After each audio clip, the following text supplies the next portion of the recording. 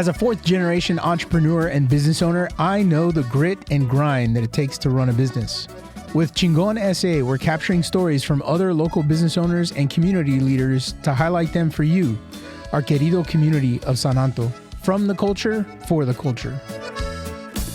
What's up, everybody? Welcome back to another episode of Chingon SA. I'm Luis. I'm the host of the show, and I am super excited to welcome you to another episode of season 2 of Chingon SA, where we're bringing real stories of real people, real grit, and right here from our city.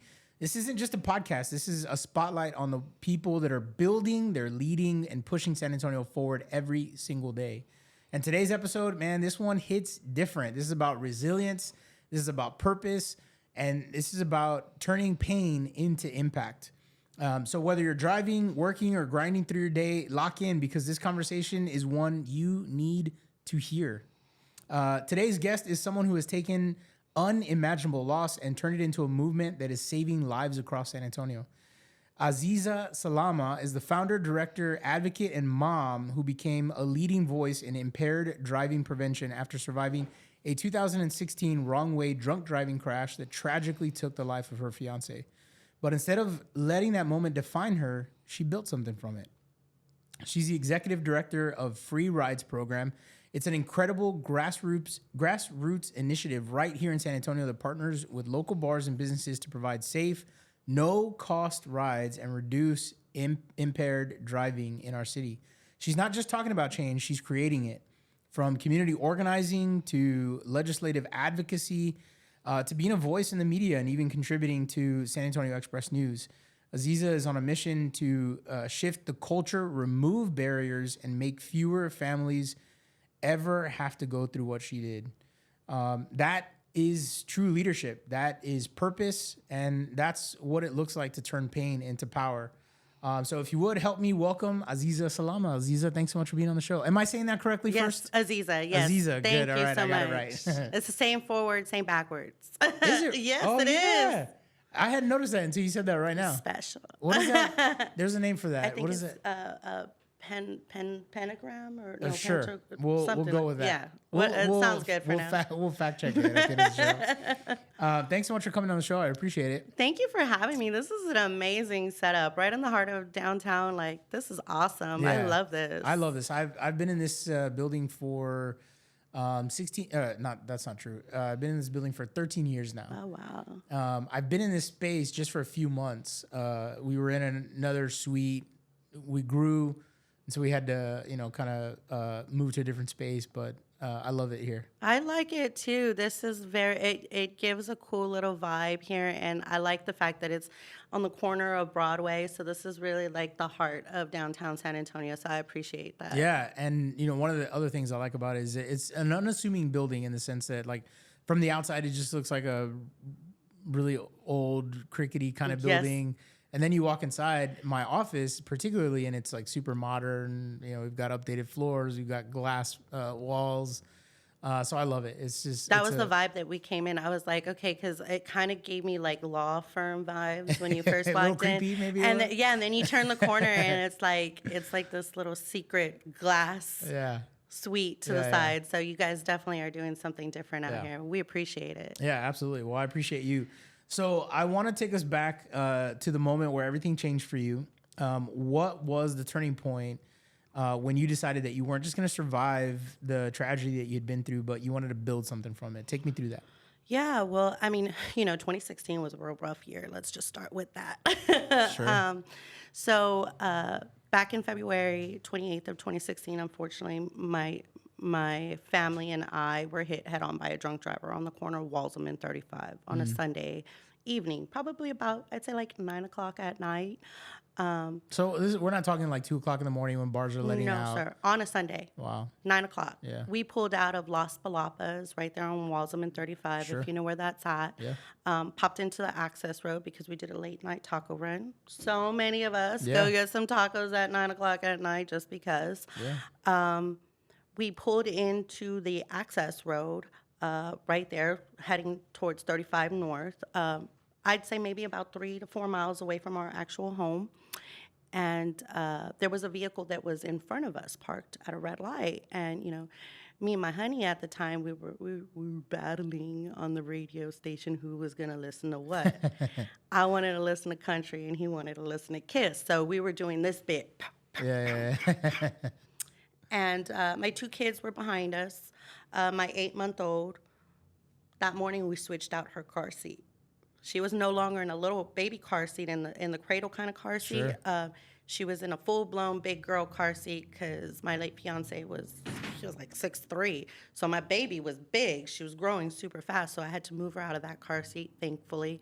And then my 11-year-old right next to her, not wearing a seatbelt. Get in the car, she leans up on her sister's little car seat. We're all heading home. Red light, arguing over a radio station, and literally in a drop of a dime, we look up and all we see is lights coming at us. The vehicle that was parked right in front of us saw a wrong-way driver traveling about, reports say about 60 to 70 miles an hour. Wow. On the access road. So they just drove off. We were sitting ducks. Wow. My late fiance, Johnny, was a veteran of war. He had tours in Afghanistan and in Iraq, and he was a truck driver. So he had been in war, and he knows, his vehicle had been bombed before. He was disabled from it. So he knew how to react real fast. And that drop of a dime, he navigated the vehicle to go to the right. With him doing that, he became our hero that night. He took the entire impact and died on impact. And that was a really rough time. I just remember all these lights, all this craziness. It felt like an explosion. I thought I was dead. I thought my children were dead. I knew Johnny was dead because he wasn't responding to me, and I kept, baby, wake up, follow me, nothing. But then I was able to throw myself out of the car because at the time I didn't know, but I had broken ribs, I had a broken wrist, I had nerve damage. All of this was black and blue. My whole body had hematomas from the impact of the vehicle. Like, nothing actually hit me, but because the vehicle was traveling at such a high speed, it gave me hematomas all over my body for weeks. But in that moment, they talk about fight or flight, and I immediately went into fight mode. I threw myself out of the car. I kept, trying to get out because my wrist was broken and my arm was broken, so I had to throw myself out of the car. I rolled out of the car, and I think to the answer of your question, this is when things changed for me. Not at that very moment, but in retrospect. Sure. I got out of the car, and as you imagine, Walzem 35 is a very busy street. Intersection, yeah. Yeah, it's super busy. It doesn't matter if it's 9 o'clock, 2 o'clock, doesn't matter. And I just saw all these people at a standstill. There was probably like 20, 30 cars, 40, 50 people just jumping out of their car, and they had witnessed the trauma themselves because it was something like at a final destination. It just happened so quickly. And I rolled out of the car and I started screaming, "Help me, my family, my family." And I could just hear a gasp, like, and all of a sudden I just saw all these Good Samaritans, just community people just running to the car to take me out of the car, take my daughter with the car seat out of the car, take my other 11-year-old daughter, which I thought she was dead because she wasn't responding to me at all, and she didn't have a seatbelt on, and that's why I said she didn't have a seatbelt. I'll admit when I've done something wrong. I overlooked that night, and that rule has changed. Sure, yeah. Because I could have lost her that night, and she had the worst of the injuries. But, people just came and pulled us all out. We couldn't get Johnny out because he was 6'3", and they had to get the jaws of life out. By the time I found that he had officially passed, I was already in the hospital. But, my daughter, my 8-month daughter, she lacerated her tongue at the time of impact because she had her first 2 little teeth. So her tongue was sticking out, and on impact, she nearly cut her entire tongue off. So when I saw her, she was sitting in her car seat with a puddle of blood, and a little brochita, looking like a cute little bit, a pink outfit. all blood. So my first instinct was like, oh my God, she's internally bleeding. Right. She's hemorrhaging and throwing up. And my other daughter isn't responding. And I know Johnny's not alive. And just trying to assess the situation. But to your question, it was that moment that changed everything for me, because to speed up, after that, we were in the hospital for some time. You know, Amina had, my oldest daughter had bleeding in her brain and her frontal lobe. She had a lacerated liver, a dislocated hip, a broken leg, a broken arm. I mean, the list went on and on. And she was in induced coma for nearly 6 weeks. Wow. And then, you know, the story kind of really quickly went viral, you know, because people were this was a family, a veteran of war. He came home, you know, he dies in his backyard just going to go get tacos. And through that, I found so much support from strangers. I built a new village from people that I didn't know. I became really good friends with the dear Camila Rambaldi. She used to be on Fox 29. She was starting as a photojournalist at that point. I was one of the first stories that she had covered.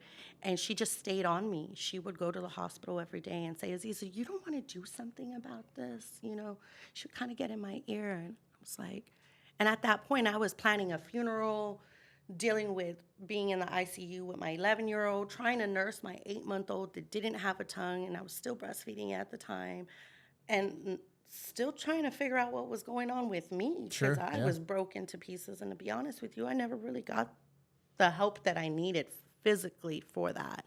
I should have done therapy, but, you know, in those moments, you got to go. It's not too late. No, true that. But so, you know, long story short, when it comes to that is what really got me activated. For the first few weeks after the crash, it was really difficult for me. And I had a lot of really drunken, dark days. I'm not going to lie. You know, there were times where I would just get drunk and black out and want to go and do some horrible things. Yeah. Until one day I woke up and I was looking at my baby and I was like, she doesn't deserve this. She doesn't deserve to have a mom that's checked out. Yeah. But yeah, some really horrible things happened to me. And yeah, I should give myself grace. But also, I don't want to become a victim. So what am I going to do? Right. How am I going to do this? And you know, I had a really difficult relationship with God at that time. You know, I felt like he hated me, and it took some time, but I started really leaning into my faith and praying that the people that would surround me would, you know, help me find my pathway, and praying for favor. And it was just like that. You know, I'd walk into a room and it was like some universal thing going on, like, oh, you just met this person and this person does this and this. And it just went like that, exactly. And I stood on it, and I wrote it through. And then they asked me at Mothers Against Drunk Driving if I would oversee some of their 5Ks and their fundraisers. And then I started getting involved with Mothers Against Drunk Driving. And I like the idea of doing something with change, something solid, legislative. Yeah. How can I share my story and help others know, and really do something in honor of Johnny, because he was such an amazing man and he didn't deserve that. Like, he fought wars. He did everything that he was supposed to do. He was waiting all his life to have his first child, and he only had her for 8 months, you know, and he would have been the best dad ever. We all knew it. Yeah. So I took my power back, and I started volunteering, and then I got involved more with the community. And for me, it was that night when I think back of all the people that were strangers that came out and helped me. Yeah. Yeah. You know, you said a couple of things. First of all, I think you're right that he absolutely could have been the best dad, or it was the best dad, because he ultimately paid the biggest sacrifice, right? And he protected his family. So I have no doubt about that. And you know, we're certainly appreciative of his service before. But I'm curious, you know, kind of as you're talking about it. So what ended up happening with the drunk driver? He also passed at the scene as well. Yeah. that's tough, right? Because I mean, you've got to feel like you can't get justice for you and your family. Did you have those feelings? Yes and no. Yeah. I would have to say in the beginning, I was really pissed, because I wanted to go over to his car and, tell him what I had to say. But also, after working with families, several hundreds of families with Mothers Against Drunk Driving over the course of my career with them, I realized that, and it sounds horrible to say out loud, but I'm going to say it because it's my truth. Sure. I feel relieved. I feel relieved that justice was served that day. Yeah. Am I right for that? I don't know. You know what I mean? But that's my true feeling about that. Because now working with other victims and them going through the court system, it's a whole nother set of re-traumatizing events. Yeah, for sure. When there's resets and trials and they get bonded out and then they flee the country. Like, I've heard hundreds of different stories. Yeah, I bet. And I don't know if I would be able to be sitting here with you today if that were the case. Yeah. But who knows? Yeah, you know what I mean? For sure. Yeah, no, that makes sense. So let's talk about the program that kind of was born out of that, right? The free rides program. It's such a simple idea, but incredibly powerful. What did those early days look like for you, trying to get bars and partners and community to buy into that idea and quite frankly, something that didn't exist yet? What was that like for you? Well, yes. Well, I mean, Free Rides is really a grassroots movement that was created by a group of people here in San Antonio that realized that we had a problem. Two of my partners, which is Henry Avilar and Albert Cortez, they're bar owners. They've worked in the gentlemen's clubs for several years. And they were a part of a coalition for drunk driving that is here in San Antonio. Drunk driving prevention, you mean? Drunk driving prevention, yes. Drunk driving, yes. Drunk driving, it's a traffic safety coalition. Gotcha. And you've got people from SAPD on there, from the DA's office, from the sheriffs, from TABC. And these two guys kind of stood out because they were bar owners. Like, you're not used to it. But they wanted to be preventive because they said, look, we got a problem and we got to fix it. And we're paying for our own rides out here in the bars. So let's do this. So then that's when Albert, Henry, and I kind of had a conversation, and I helped them from the back end. It wasn't until 2023 that I came on board as their official executive director. The program initially started in 2019 with like maybe about 10 bars that were paying themselves, like the bar owners were a part of the program. Right. So you couldn't just go to any bar. But then the pandemic happened, so the service industry got shut down. We circled back around in 21 and started slowly putting information out. It wasn't until 23 that we became an official 501c3, and we've just been running since. All of our funding at this point right now is private funding. Many attorneys, really a lot of attorneys. We get support from like Nathaniel Mack, from Ronaldo Diaz, from Frank McElroy, and they just believe in the program so much they just keep putting money in our Uber account. And then of course we have fundraisers, but initially that's how Free Rides became. So it started off with basically 2 bars, and then just kind of grew from that. It grew from that. Wow. We got into the St. Mary's Strip. And then we also got into the Strip right there on Main Street. That's always been the most supportive strip for us, because they appreciate us helping them.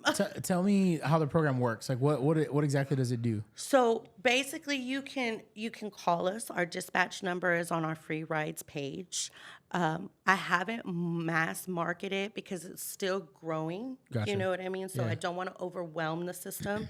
But, if you know, if you're in the night industry, if you go to certain bars, bartenders will help you. It's kind of like a cultural thing that we're creating systematic change. And so what you do is you call our dispatch number.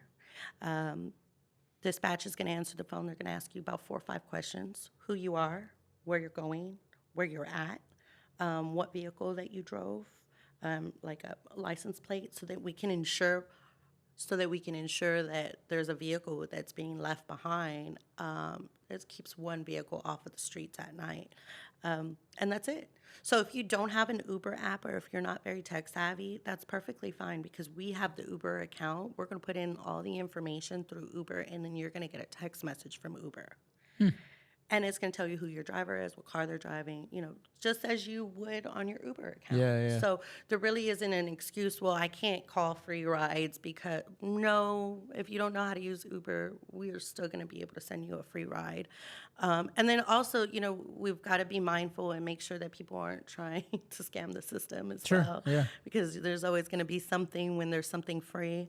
But other than that, that's really how we run. We try to direct all the traffic to our Facebook page and also to our website, our landing page, which is www.freeridesprogram.org. Okay. Yeah, and we'll put the link in the show notes so people can find you guys a little bit easier. So that's really cool that it started out as a program with just 2 bars and then eventually has grown. So now anybody can go to any bar in San Antonio and use the service for free. There's no are you gonna people are always afraid that you're gonna spam them, with emails and all that kind of thing. They won't hear back from us. That we do free rides. It's a grassroots movement. We're not trying to take anyone's data. We're not sharing anyone's data. We're already doing enough as it is. No, yeah, for sure. I mean, I think the service is needed. I mean, it boggles my mind. I mean, I've been in insurance now for 18, going on 19 years now. And I've seen the side of it where, people get DUIs or whatever and they, then they want to complain about their insurance going up, right? Like it's the most ridiculous argument I've ever heard in my entire life. You made a choice that caused your own insurance rates to go up, and those kinds of things follow you for years after the fact. I was an insurance agent. I hear you. Yeah, and so sometimes it just boggles my mind that people are surprised that their rates go up when they did something that proves that they don't make the best judgment, right? But anyway, I digress, right? I go off on a tangent. Sorry about that. Didn't mean to get on a soapbox. But I'm curious from your perspective, how have you seen the trend, or have you seen a trend? Have you noticed a trend of DUIs kind of going down after Uber and Lyft kind of came into San Antonio? Have you guys tracked any of that information at all? No, that's actually a really good question, and I'm definitely going to look into that because around the time Uber came in, maybe about a year or 2 after is when Free Rides launched, and when they had first initially started the program, they were utilizing taxis. So taxi was our guy, our go-to guy. But then, these seasons have changed quite quickly since 2019. And so we started working with El Paso's DA's office. They have a similar program to what the DA's office does? Yeah. Oh, wow. In El Paso. Okay. We had meetings with them. Yeah. To kind of learn what they were doing. To learn what they're doing. Take practices from them. Yes, good we things. had several Zoom meetings over a 3-month span right before we launched our actual pilot program. And that's thanks to Texas Department of Transportation, because we sit on that coalition and we get to meet with a lot of different people. And El Paso had told us that they were doing something similar, not quite what we're doing, because what they do is you can go to their website and get a $25 promo. So you get $25 off. Yeah. I think they have so many amount. So within 24 hours, they're gone. And they're not really being utilized the way they should be utilized because they don't have the logistical team to track it. Gotcha. So with us, it's a little bit tighter where it has to be you're coming from a place that's serving alcohol, and then you also have to provide proof that you're leaving a vehicle. Yeah, that makes sense. And we're paying for the entire ride. Right, yeah. Also, there's something to be said about safety too, right? Like, who's going to come and pick you up. It's not some rando, Absolutely. That's hasn't been background checked. But I'm, kind of curious now. Obviously, a lot of people, I think, don't realize that running a nonprofit is still a business, right? What have some of the toughest, I heard you sigh right there. What have been some of the toughest lessons that you've learned about leadership, about funding, and ultimately sustainability for the business? Well, I would have to say not everybody is your friend. I would lean into more learning your village and your team of people, and really creating something solid. People that believe in a mission, that have the belief in the faith of what it is that you're doing, whether it is a nonprofit, whether it is a business, whatever it is, to make sure that you have the people that are around you, your team, all the players, invested in it. Because I've seen a lot of kind of like turnover, which can set us back a little bit. But this is my first time building something of our own, and it's homegrown here in San Antonio. And I'm not gonna lie, there's been some people that have tried to steal kind of our ideas and twist them into their own, or kind of roll with it, and not really give any flowers back to the organization. I mean, some really big players in San Antonio, I won't drop any names, but I'm sure they know who I'm talking about. But really protect it. We're all about the tea here, girl. Yes. So just FYI. I mean, just protect it. Just protect it. I mean, okay, so I'll give you a little bit of tea. So there was a time that I was meeting with a public transportation big entity here in San Antonio, and collaborating with public transportation. There's only one public transportation and so, here in town. And so we had a couple of meetings, and I pitched some of our ideas, and then before I know it, I'm sitting down watching the news at 7:30 in the morning with my favorite Ernie Zuniga at the time, and I see free rides, Fiesta, free rides. Like, there's a press release going on for this public transportation that they're doing free rides, and free rides here and free ride. And like, they'd never used that language before. So there's that. And then there's another organization that's super big around the February time, for cowboys and cowgirls that like to, go out and have a good time on the east side. And I had a conversation with them on their, executive level. They told me they were going to give me a call back by the end of the week. And again, I'm sitting down watching the news the next day. Sober Rides program offering $25 credit for Uber. And I mean, this was actually quite recent, to be honest with you. So yes, really protecting, because I think for me, this is, it's my love language. And so like, for me, I just, everybody is on this, but you're always going to find somebody that's looking, lurking, watching to try and do what you're doing. But when they don't have the sauce, they don't have the sauce, So I think that would really be it. From a financial point, we're pretty solid on that. We have a solid team for that, and people really believe in our mission, so they're very generous to us for now. You mentioned that you guys do fundraising. Like, what are some of the fundraising events that you guys have? Well, we have a fundraiser actually coming up right now. Every year we do something for Fiesta. We do private events. This year we're hosting our first annual River Parade viewing party at the Hard Rock Cafe. So we've rented out the 3rd floor balcony, and we're going to have, food, beverages out there. Of course, we're going to be offering free rides. We're going to have Miss Hot Henrietta out there. Hot Henrietta, man, yes. I haven't heard that name in forever. She's amazing. What is she up to these days? She is, she's with La Prensa now. Oh, okay. She's writing up for La Prensa, and I believe she's working on some projects too. She's going to be. Maybe I have to have her on the show. Maybe you might have to introduce. I will absolutely. She is such a great time.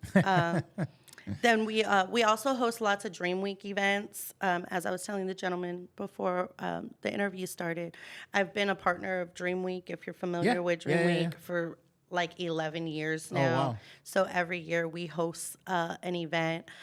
Normally I do like panel type events where I bring out TABC, police, chief of police, all the law enforcement, some bar owners, some attorneys, and we just have a real conversation on how it affects one drunk driver can affect all these people, from the hospital system to the attorney system to SAPD to DA to the family. I mean, it really it affects everybody.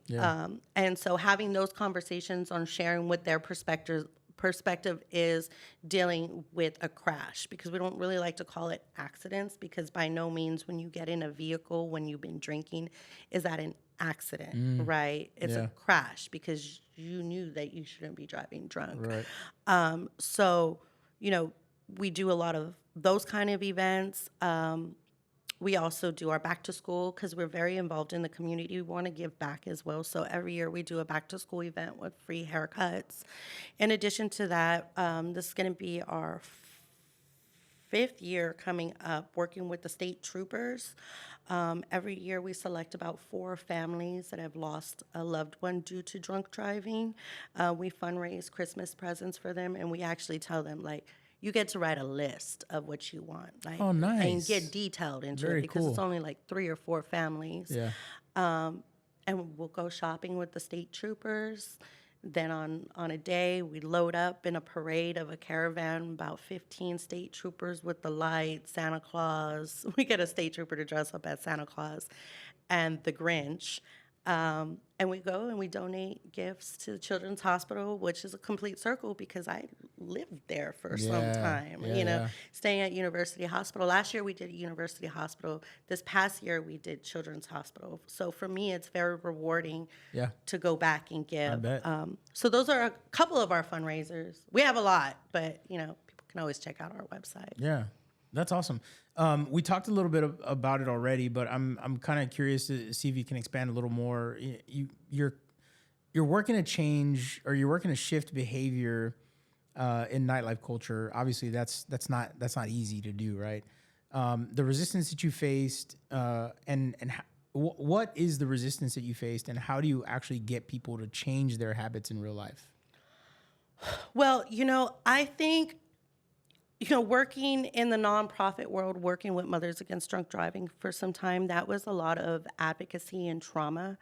And then leaning into opening up for the Free Rides program and creating a nonprofit here, I wanted to go in a different direction because in that prior space, it was a lot of trauma and sad stories. And this mother lost this child, and you would hear the grief from the victims of the people that were lost, their loved ones, right? And they'll send you to like a victim impact panel. Many times, like, it's court ordered through the judges. Okay. That once you go through the process, you got to go to an impact panel and you got to sit down and listen to someone tell their story about how they lost a loved one and how it affected them. Wow. You get your little certificate and give it back to the judge because it suffices, right? Well, many times in that space, because I used to run those impact panels from Killeen all the way down to the valley,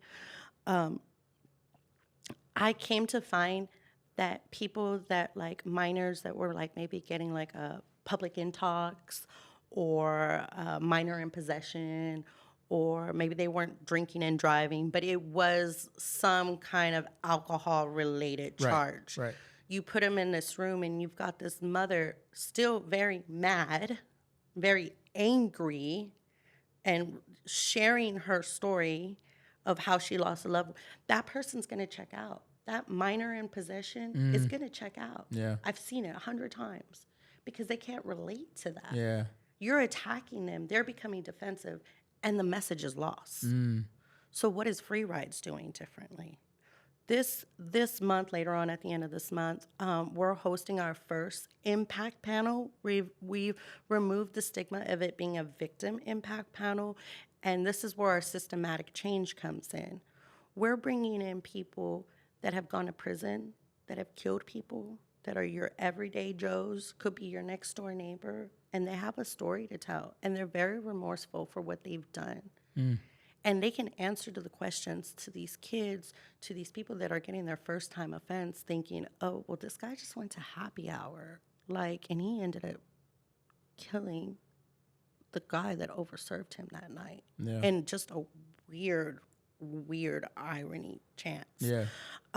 So that's really the conversation about the systematic change, because when you have someone that's up here that has maybe gone through it all the way, and they're sharing their experience of being in TDC, they're sharing not being able to be with their parents, they're telling you the stories of what their roommates are in for and what that whole world is different from being free, of just making one poor decision. Yeah. One poor decision. And I would see a line of people want to stay behind and talk to this person because he's the real deal. He's telling you what he went through. You got questions. How much did he spend? Well over $100,000. Wow. Well over $100,000 over a 4-year span, probably even more after that. Yeah. And that's what creates that conversation where people start having those aha moments of, this could be me. Yeah.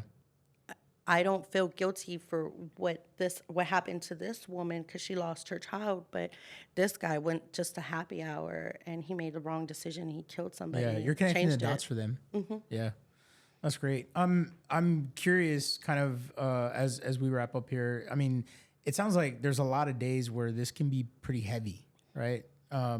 When the mission is personal and emotional, what keeps you going, and what's your why today compared to when you first got started? I want to say what keeps me going is the village of victim survivors that I have now. Yeah. Because I have several victims that call me and ask me for advice, or just want to sit and talk to me, or they're going through their trial that I've known for years. I have little sisters, little brothers now that I didn't have before, and I've built a solid foundation with people that have either experienced it as a victim survivor or have also been the offender and have killed somebody. Sure. And so I find myself being that medium. And for the days that are really rough on me and really tough, because, there are I'm human, Yeah. I'm a Chingona, so I get mad. Yeah. I get mad. I try not to stay mad no more. # I'm not mad no more.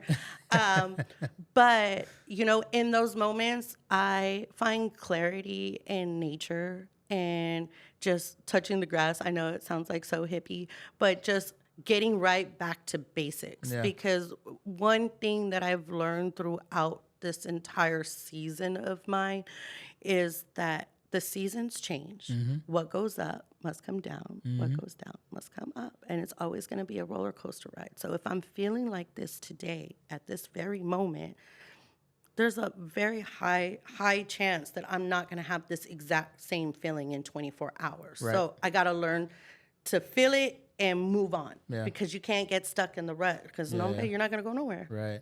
That's right. Man, this has been a really fun conversation. Thank you so much for being willing to have that with me. Thank you. How can people, if they want to find out more about the Free Rides program, how can they get involved with the organization? How can they continue to support you guys and the work that you're doing? Sure, absolutely. They can always find us, again, on our website. That's our best way. You can send us messages on our website. So that's www.freeridesprogram.org. They can send us a message on Facebook, too. I'm not the greatest. I'm going to tell you, I'm not the greatest at responding on Facebook messages, because I'm an admin on several different Facebook pages. But definitely reach out to us, because we're always looking for volunteers. We're always looking for supporters. If you are a victim and have been affected by a drunk driver and you want to get involved in our organization, we're always looking for people to help volunteer with us. They want to share their story. If they need some support, some resources, if they just want to talk to me and ask me questions, I'm 100% available for that. Also, for people that need to do community service, I recently started working with the DA's office, so now you can come do community service with free rides. Nice. And it'll be a different experience going versus Goodwill. Yeah. You know what I mean? Yeah, You're going to yeah. get to learn. And a lot of times people that came for community service, they stick around and they actually have become a part of our team. Yeah. You know what I Yeah, mean? yeah. So we're a place for the rebels, for the misfits, for all of it. love We it. accept everybody. I love it. Yeah, I love it. No judgment. All right. Well, thank you so much again for being here, but not just for being here, but for the work that you're doing right here in San Antonio. This is the kind of impact that truly saves lives. If you got value from this episode at all, and I know you did, please do me a favor, hit that like button, subscribe to the channel, follow us on all the streaming platforms, Spotify, Apple Podcasts, or wherever you're listening, and share this episode with someone who needs to hear it. This is exactly how we keep these stories alive, how we keep building something bigger right here in San Antonio. And as always, this is the Chingon SA Podcast, where we highlight people who are really out here making moves.